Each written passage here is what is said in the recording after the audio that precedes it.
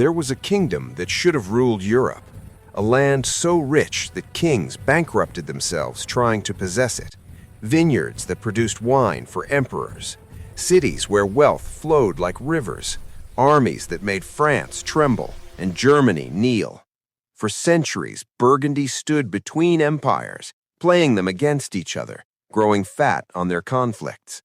It was the jewel everyone wanted, but no one could hold, until one winter night when everything its dukes had built collapsed in a single frozen moment on a battlefield they should never have entered. This is not a story you were taught. Burgundy has been erased from memory, absorbed into France so completely that most people do not even know it existed as a kingdom. But for 5 centuries, it was a superpower, a nation that dictated terms to popes and emperors, that controlled trade routes from the Mediterranean to the North Sea, that came within a sword's length of becoming an empire that would have redrawn the map of Europe forever. And then, in the span of a decade, it was gone. Not conquered slowly, not absorbed gradually, destroyed, utterly, deliberately, as if fate itself had decided it had grown too proud.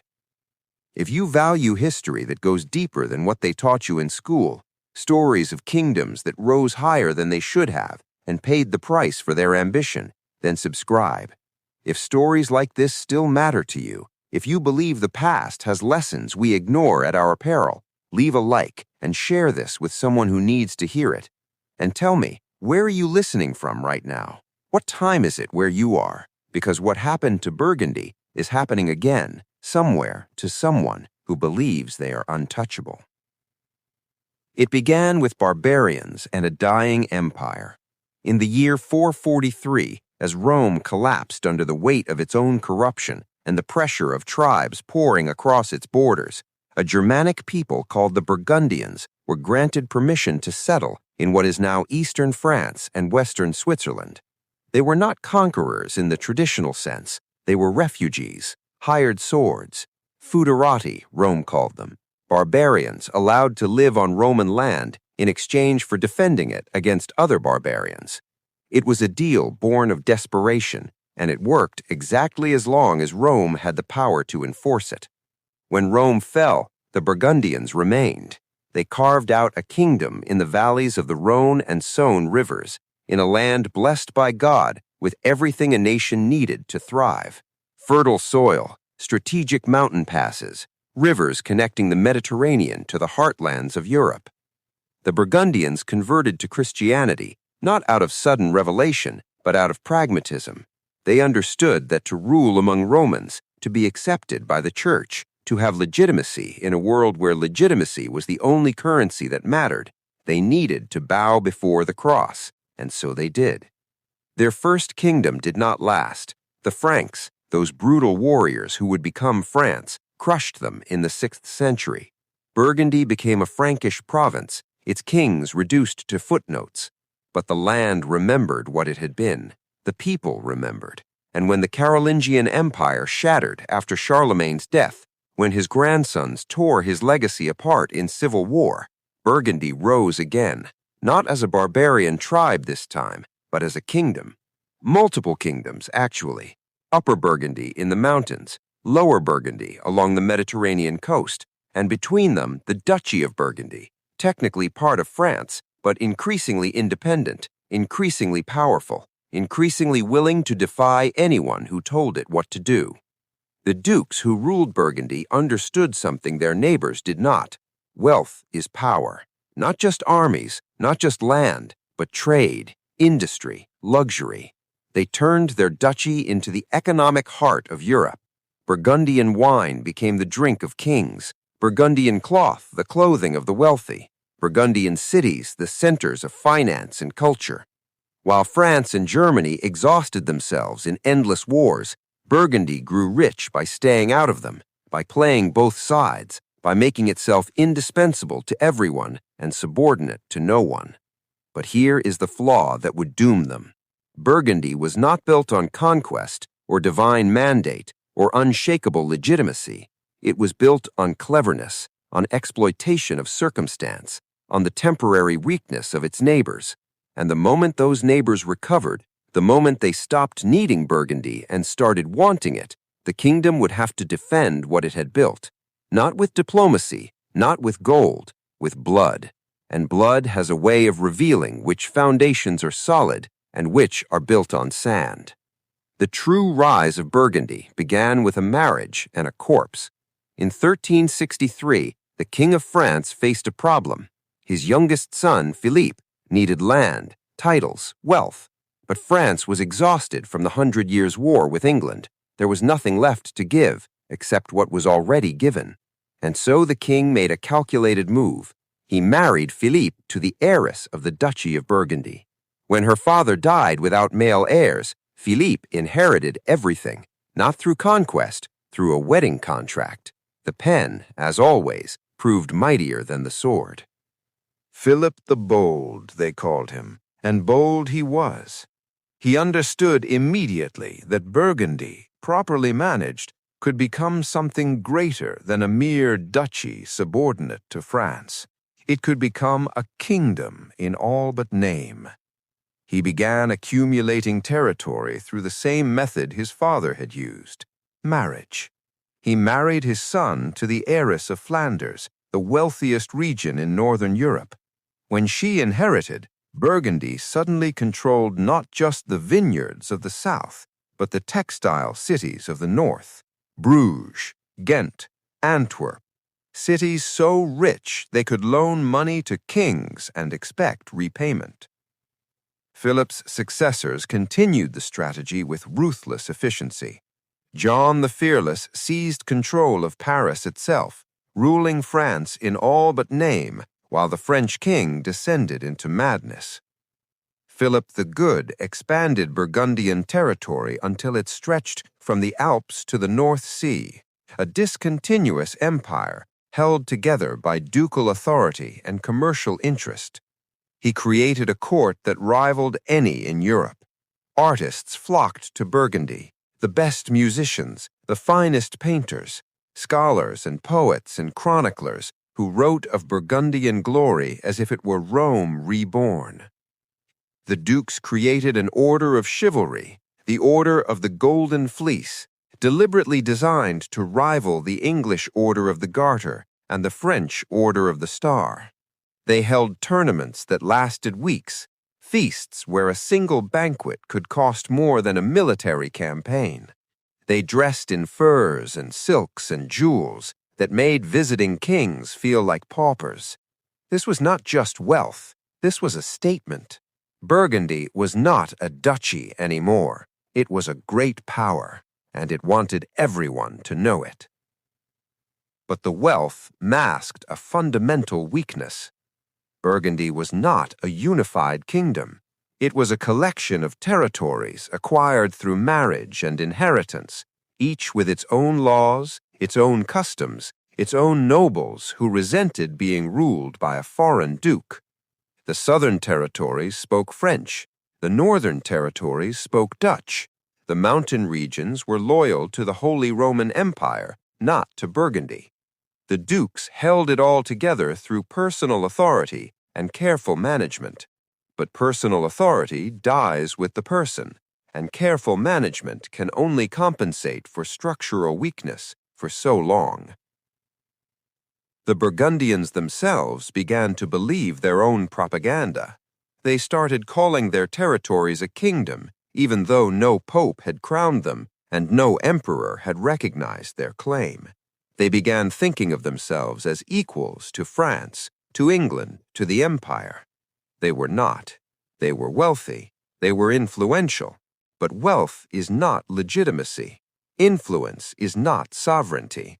And the moment they forgot that distinction, the moment they acted as if they were a real kingdom instead of a very successful duchy, they invited the wrath of powers who would not tolerate their presumption. Philip the Good ruled for nearly 50 years, and in that time Burgundy reached heights it would never see again. But he grew old. His son Charles grew impatient, and impatience, combined with ambition, combined with the arrogance that comes from never having faced real defeat, would prove catastrophic. because the world was changing. The 100 Years' War was ending. France was recovering. The Holy Roman Empire was consolidating. And Burgundy, caught between them, was about to discover that being rich makes you a target, not a fortress. Charles the Bold inherited Burgundy in 1467, and from the moment he took power, he was consumed by a single obsession. He would not be a duke. He would be a king, not in practice, but in title, not informally, but officially. He would force the Holy Roman Emperor to crown him. He would turn his scattered territories into a unified kingdom. He would carve a new nation out of the space between France and Germany, a middle kingdom that would dominate Europe the way Charlemagne's empire once had. It was a grand vision. It was also insane. Charles was not a fool. He was intelligent, educated, a capable military commander, but he was also rigid, paranoid, and incapable of compromise.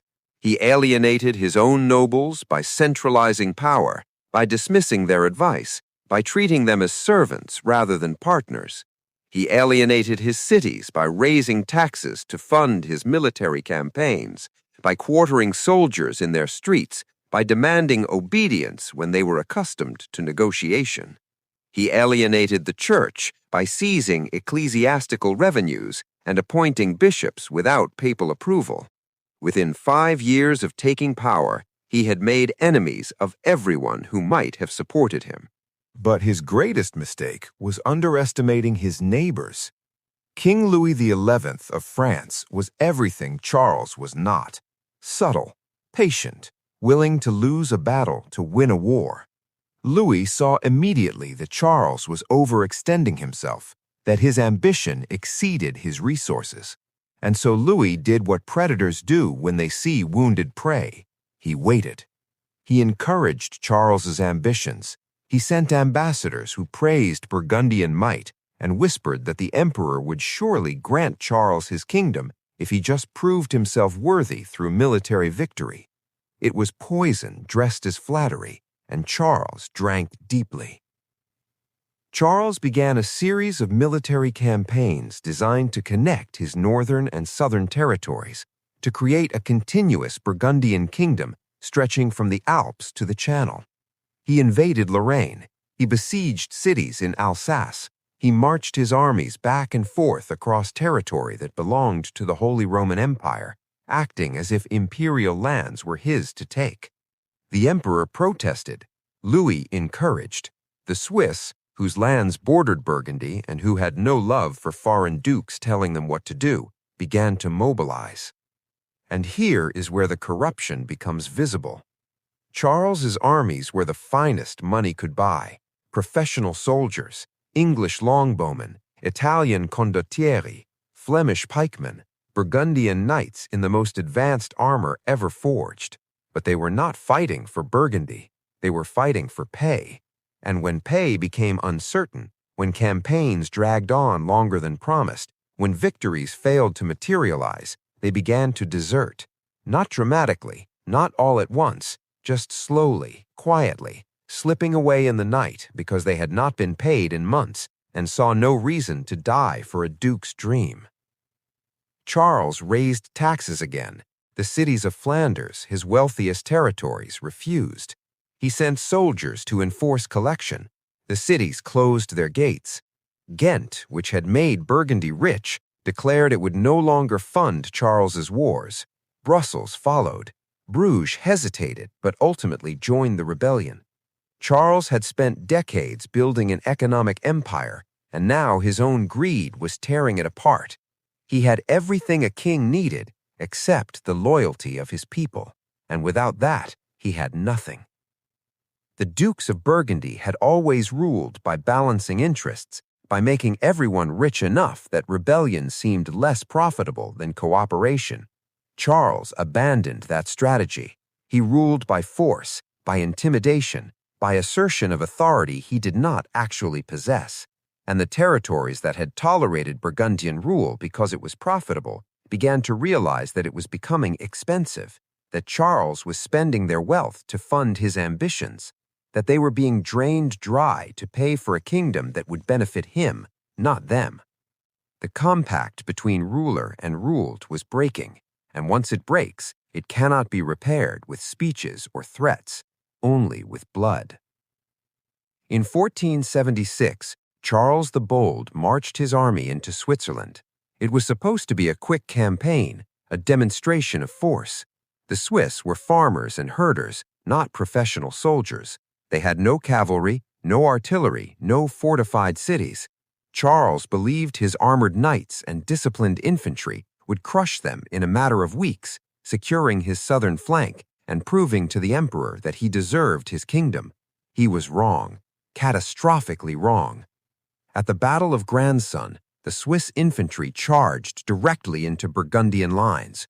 Charles's knights, trained for chivalric combat, for ordered battle, for rules and formations, found themselves facing men with pikes and halberds who fought like animals. The Burgundian army broke, not routed slowly, but shattered instantly, men throwing down their weapons and running for their lives. Charles barely escaped. His camp, his treasury, his artillery, his personal possessions, all captured. The Swiss paraded Burgundian banners through their villages. They melted down Burgundian gold. They took the most powerful duke in Europe and turned him into a joke. Charles should have retreated, should have regrouped, should have accepted that the Swiss were not worth conquering. But Charles the Bold did not retreat. He gathered another army and attacked again.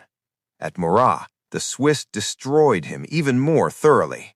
20,000 Burgundians dead or captured, the rest scattered. The finest army money could buy, obliterated by Swiss peasants fighting to protect their homes. It was not just a military defeat, it was a humiliation, a sign that God was not with Burgundy, that all the wealth, all the ceremony, all the chivalric orders and golden fleeces meant nothing when faced with men who refused to be impressed. Louis XI watched from France and smiled. He had not needed to fight Charles. He had only needed to let Charles fight himself to exhaustion. Now, with Burgundy bleeding and humiliated, Louis struck. He seized Burgundian territories along the French border. He encouraged rebellion in Burgundian cities. He offered generous terms to any nobleman willing to switch sides, and many did, because Charles had treated them with contempt, and Louis treated them with respect, because Charles demanded loyalty, and Louis bought it, because Charles believed in destiny, and Louis believed in gold. Charles had one army left, one final chance to salvage his kingdom. He marched into Lorraine to retake territory he had conquered the previous year, but lost to rebellion. The city of Nancy stood between him and victory. He laid siege in the middle of winter, in freezing cold, with an army that was exhausted, unpaid, and losing faith. His commanders begged him to wait until spring. His advisors told him the city was too strong, the season too harsh, the situation too desperate. Charles refused. He had come too far to turn back. He had sacrificed too much to admit defeat. He would take Nancy or die trying. On January 5, 1477, a relief army approached Nancy. The Swiss, allied with Lorraine, had come to break the siege. Charles ordered his army to prepare for battle. His soldiers, starving and freezing, formed lines in the snow. The Swiss charged. The Burgundians held for a time, then wavered, then broke. Charles himself led a cavalry charge into the Swiss lines, trying to turn the tide through personal valor the way knights did in the stories. It did not work. The Swiss surrounded him, pulled him from his horse, and killed him in the mud. They found his body 3 days later, frozen solid, half-eaten by wolves, his skull split open, his face mutilated beyond recognition.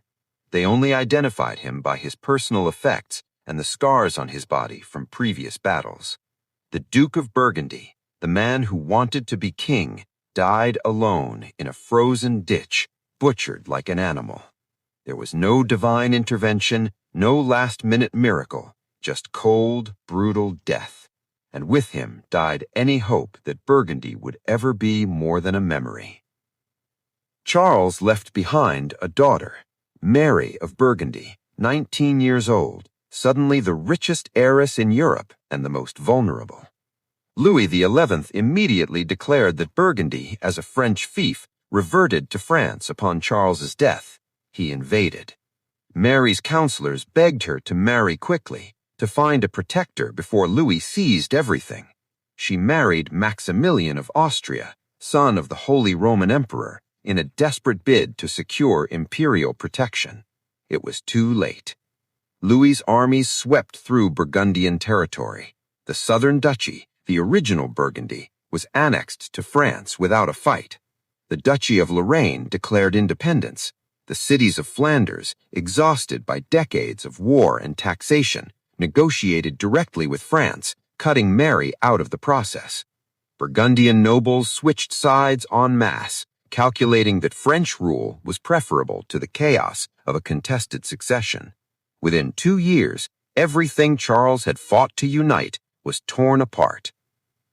Maximilian tried to hold the northern territories. He won some battles, but he was fighting France, Burgundy's own rebellious cities, and political factions within his own court who resented Austrian involvement in Burgundian affairs. When Mary died in a riding accident in 1482, 5 years after her father, the last legitimate link to Burgundian independence died with her. Her young son inherited the Habsburg lands and the remnants of Burgundy, but they were Habsburg lands now, not Burgundian. The kingdom that almost was absorbed into empires that already existed. France took the duchy. The Habsburgs took Flanders and the Low Countries. The Swiss took territory in the south. Lorraine became independent. Burgundy, as a political entity, ceased to exist. The name survived on maps for a few more generations, but it meant nothing. It was a geographic designation, not a kingdom. The dukes were gone. The court was dissolved. The Order of the Golden Fleece became an Austrian decoration. The wealth that had made Burgundy a superpower now funded French kings and Habsburg emperors. And here is the judgment. Burgundy fell not because it was weak, but because it was presumptuous. It tried to become a kingdom without the legitimacy a kingdom requires. It tried to play empires against each other without understanding that empires, once they recover their strength, do not tolerate players. It built its power on wealth and assumed wealth was enough. But wealth is only power as long as your neighbors allow it to be. The moment they decide to take it from you, you need more than gold. You need loyalty. You need legitimacy. You need something worth dying for beyond a duke's ambition. Charles the Bold died believing he was building a legacy. He was building a warning, a demonstration of what happens when ambition exceeds foundation, when appearance is mistaken for substance, when a man looks at a map and sees a kingdom, not because one exists, but because he wants one to exist. Burgundy lasted as an independent power for just over a century of brilliance, of wealth, of cultural achievement, and then it was gone, erased so thoroughly that most people today do not even know it existed. That is not conquest, that is judgment. Burgundy left behind wine and art and beautiful cities. It gave the world Jan van Eyck and Rogier van der Weyden, masters of painting who revolutionized European art. It gave the world polyphonic music and illuminated manuscripts. It gave the world the idea that a middle kingdom, balanced between great powers, could thrive through commerce and culture rather than conquest and war. For a time, it proved that idea was viable, and then it proved that viability is not the same as durability. The lesson of Burgundy is not that ambition is wrong. It is that ambition must be matched by foundation. Charles the Bold wanted to be king, but he had not built a kingdom. He had built a collection of territories held together by wealth and personal authority. The moment that wealth was spent and that authority challenged, there was nothing beneath it. No shared identity, no common cause, no reason for a Flemish merchant to die defending a duke's dream of southern expansion. The structure looked solid, but it was hollow, and hollowness is only invisible until pressure is applied. Look at the world today. Look at institutions, nations, corporations built on wealth and prestige without deeper loyalty, that demand obedience without offering belonging, that assume their size makes them invincible and their success makes them eternal. They are everywhere, and they are all making Burgundy's mistake. They believe survival proves righteousness, that longevity equals legitimacy, that as long as the money keeps flowing and the power keeps growing, nothing can touch them. Burgundy believed that too, right up until the moment it didn't exist anymore. The kingdom that should have ruled Europe is a province of France now, a wine region, a tourist destination. You can visit Dijon and see the palace where the dukes lived, but it is a museum. You can see their tombs, but they are curiosities. The golden fleece is an Austrian decoration, worn at Spanish royal weddings. The wealth that made kings tremble funds the French treasury. Everything Burgundy built was absorbed, repurposed, stripped for parts, because kingdoms built on cleverness rather than conviction do not survive. They just feed whatever comes after them. If this story meant something to you, if you see the pattern repeating in the world around you, then subscribe for more histories like this. Share this with someone who needs to understand that size is not strength, that wealth is not power, that appearing invincible is not the same as being untouchable, because the forces that destroyed Burgundy are still at work. The same ambition that exceeds foundation, the same arrogance that mistakes temporary success for permanent dominance, and the same cold, mechanical process by which history erases those who forget why they exist. There was a kingdom that should have ruled Europe. It came closer than anyone remembers, and then, one winter, in the mud outside a city no one cares about anymore, it ended. Not with grand speeches or divine intervention, just blood in the snow and wolves and silence. That is the fate of all things built on ambition alone. That is the fate waiting for anyone who mistakes wealth for destiny. Burgundy forgot that, and Burgundy is gone.